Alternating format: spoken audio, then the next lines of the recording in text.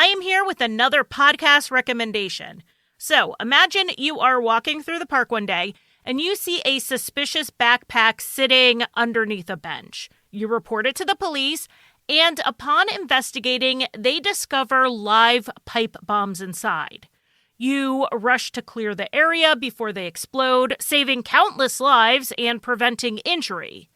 Everyone declares you a hero for a fleeting moment, until everything changes and you are declared the prime suspect. This was the story of security guard Richard Jewell, and you can hear all about it on Generation Y, the Olympic Park Bombing.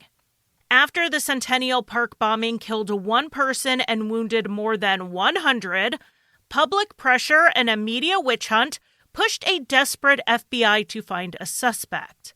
Despite obvious holes in the case and unethical tactics used by the FBI to get Jewell to confess, he was presumed guilty. In the newest season of Generation Y, the Olympic Park Bombing, hosts Aaron and Justin explore the aftermath of the 1996 Centennial Olympic Park bombing.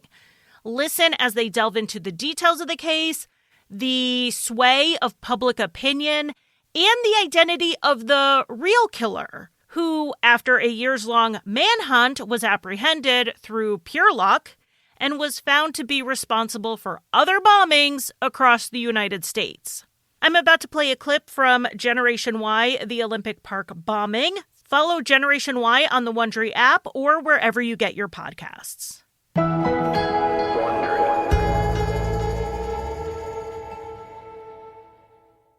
We just went through an Olympics, but the case we're talking about today, it involves the 1996 Olympic Games. And to give you some idea of what was happening at the time, the first Motorola flip phone is on the market, and the beloved Forensic Files has premiered on television.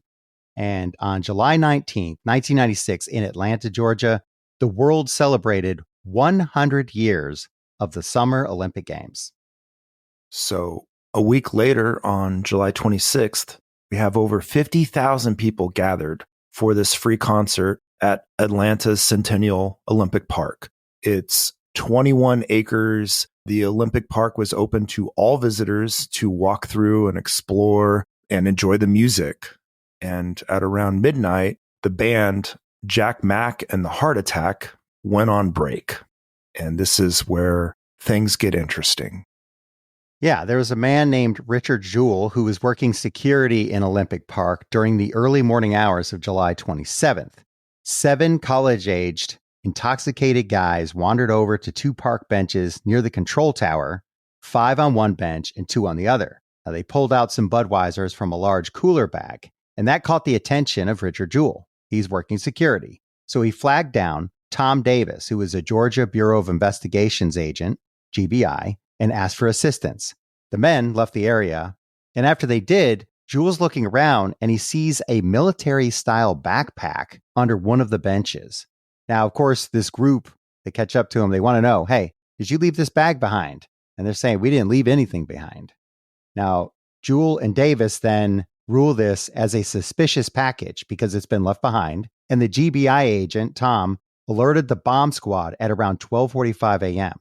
Richard Jewell also notified his supervisor, Bob Ehring.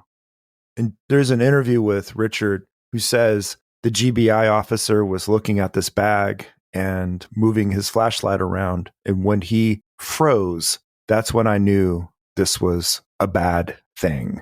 And they needed to call in the bomb squad. So they clear a perimeter while the bomb squad arrives and the bag is inspected. One squad member crawled under the bench, looking inside it with a pen light, and then slowly crawled back. According to this squad member, the bag contained wires and a clock, making a large pipe bomb. A bomb expert opened the knapsack and identified the object inside as a 40-pound pipe bomb filled with nails. So they're evacuating the premises. Davis and Ehring focused on clearing out the crowd directly in front of the knapsack. Ehring made sure not to use words like bomb because he didn't want to cause any panic.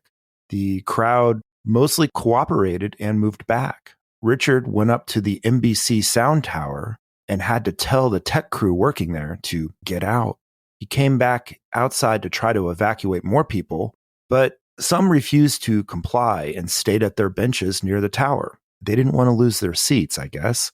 At 12:58 a.m., 911 received a call from a telephone booth about 5 blocks away from the park. A man on the line stated, "There is a bomb in Centennial Park. You have 30 minutes."